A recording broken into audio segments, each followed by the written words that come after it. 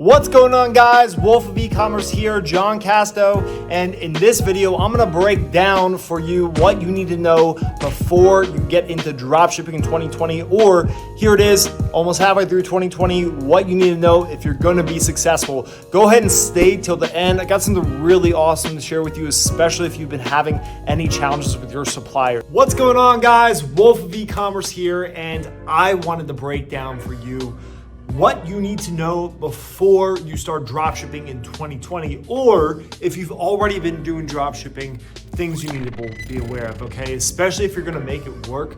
Right now, I'm filming this, it's late April, there's a pandemic, there's a lot of challenging things happening in the world right now, but I just want you to know that just because there's something terrible going on right now, it doesn't mean your business is done, okay? And it especially does not mean that you can't get into this business if you've been thinking about it. A lot of people are at home, they're stuck with nothing to do, maybe they're laid off, you just don't have anything going on, you have a lot more free time and maybe even less income. That's why right now dropshipping may be the best thing for you. We'll talk about that later. And also in the link, you're gonna see in the descriptions a couple different things you can look at. For example, like how I did 35K in one single day and how you can too, if that's something you're interested in learning more about, all right? But what I'm gonna break down here are what I believe to be the 5 most important things if you're going to win this year in dropshipping. The first one is gonna be that product is key. You see a lot of these gurus are gonna tell you that it all comes down to your ads or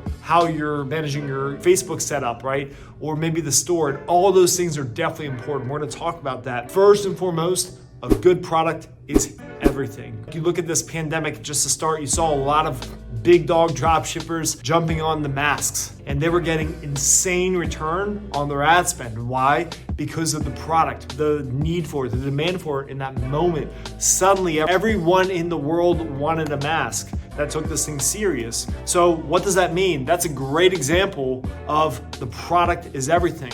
I always say you can't make a bad product sell. You might get some sales, but you're probably not gonna make much money until you find a way and an angle and a way to present it in a way that makes sense and that becomes valuable to people. But putting up products with good descriptions, good copy, is going to allow a good or great product to work. And you could always improve on those things even when something starts working. But most importantly, you can't take a product that no one wants and make it sell unless you make it mean something to people. So what I always believe and what we teach our partners and our students is that you want to find products that are easier to sell so you can improve upon it instead of spending a lot of money, losing a lot of money to make something work. So product is king. Don't let any Facebook ads expert tell you otherwise. Ads matter, but what matters is that you have a great product that people want, okay? The second thing is going to be your creative. Creative is more important than ever.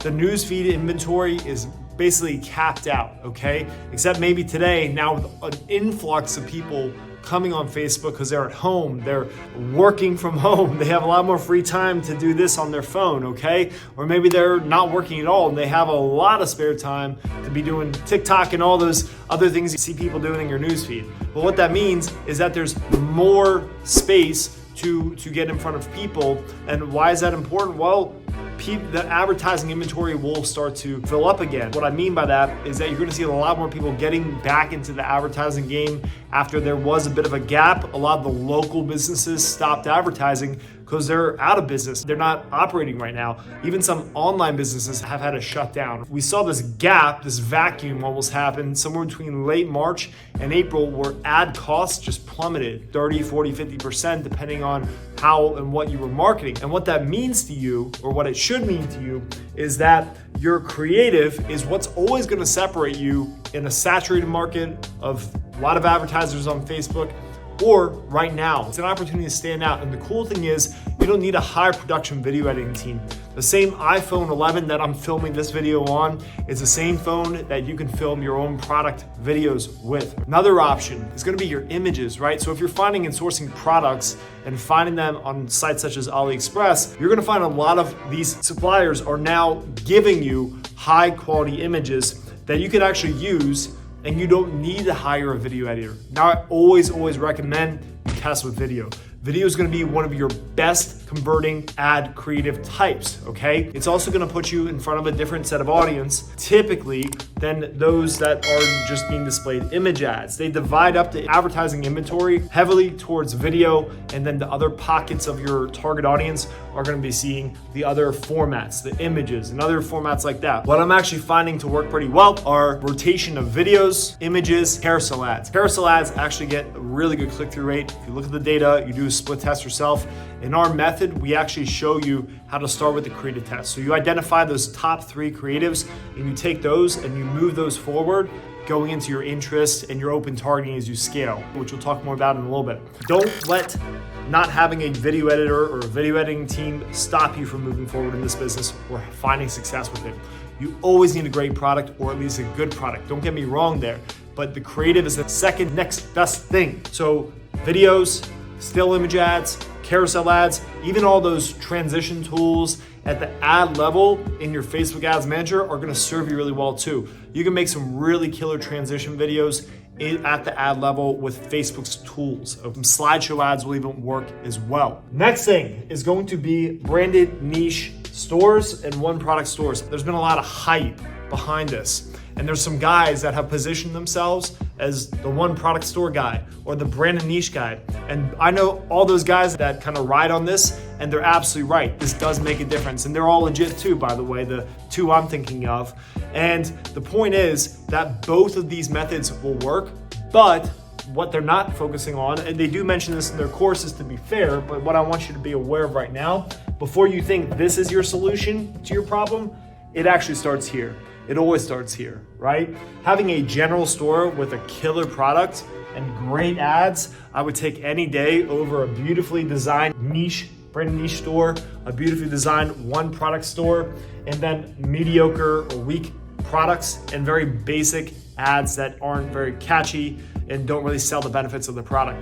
So these will help, but this is the order of priority, right? It's kind of like if you're trying to lose weight, exercise actually matters, but I'd always put nutrition at the top, because if you go to the gym every day, but if you're overeating like a cow, right, you're going to gain weight. You're not gonna lose weight, okay, unless you have magic genetics, right? So this is really how you wanna focus on this. Once you have these 2 dialed in, you can absolutely take your killer product, your awesome creatives that convert, that get great click-through rate, high engagement, and you move it into a one product store and then lay on some niche branding with it. Absolutely, that will absolutely work. There's no reason why this shouldn't improve the results you're getting already. Next, Facebook ads. The truth, Facebook ads, there's always going to be waves of hacks. There's ways to influence the algorithm to give you lower costs, better click-through, higher quality traffic, and that's all true. But you know what honestly is going to get you that result for the long term and the short term? It's gonna have a great product with a killer creative and a beautiful store. That's it, right? You have those, even those first 1 or 2 things, you're going to win, okay? Yes, there are the hacks that come for and work for a couple weeks, couple months that allow you to get double the traffic for the same dollar. But you know what else does that? That doesn't go away after a couple weeks once the algorithm adjusts and adapts, is killer creatives. Great creatives that really respond and speak to your target audience, that demonstrate the benefits of your product and show people why they need it, why they want it. So that is the absolute truth. Now, if you know the hacks, if you know what's working today, you should absolutely do it in addition to great ads and a great product on a great store. I just want you to know, a lot of people think that the ads are always a problem. I talk with people every week that are looking to get started and feel overwhelmed because they were like worried about Facebook ads, or they've been at it for days, weeks, months, or even years, and they're not making any money. And they always think it's the ads. They need a strategy. No, you need a good product or a great product with good ads that speak to your audience, and then a simple approach at getting traffic from Facebook with a beautiful store. That's it. Don't overcomplicate it. It's a very simple process when you break it down and look at it that way, all right? And then the last thing, and by the way, all the strategies you'll ever need are gonna be on all these YouTube channels. I share a lot on mine. I know a lot of other guys that have really good content, share their strategies for scaling, for testing. A lot of these things work, assuming you have all of these first 3. Next is going to be average order value. This is the last thing that's gonna allow you to take a good product or a great product and maximize it. And what does AOV mean? Average order value. That means instead of getting, if I'm selling something for $30 instead of getting every person that comes to my store that buys to spend $30, maybe I'm offering bundles where they get 2 for 20 each, which is 40 bucks. 3 for 15 each, which is 45 bucks. Or I do post-purchase upsells, or I offer something in the cart before they go to the checkout. All those things are gonna allow me to take that $30 average sale from all my customers and raise the average up to $35, $40, $45, $50. If I present them with something else, more of the same thing is usually where I start, or something else that matches with it. So if I'm selling dumbbells, selling maybe like resistance bands with that as an upsell is gonna make sense, because someone that wants and needs dumbbells is probably going to want to pull out their credit card again, or just in this case, click a button and add those resistance bands to their order with very little effort, right? So by doing this, you're going to get more money per visitor, per purchaser. You're gonna make more money, period. And the cool thing is when you follow these first 4 steps, and these are all on point, and you're making profit already, this is only gonna add icing to the cake. So those are the things you gotta know about if you're looking to get into dropshipping, or if you've been in dropshipping. These are still some of the most important things. I'm gonna go over all these and how this helped me in my free case study, where I show you how I made 35K in one day with a pillow, with a simple pillow.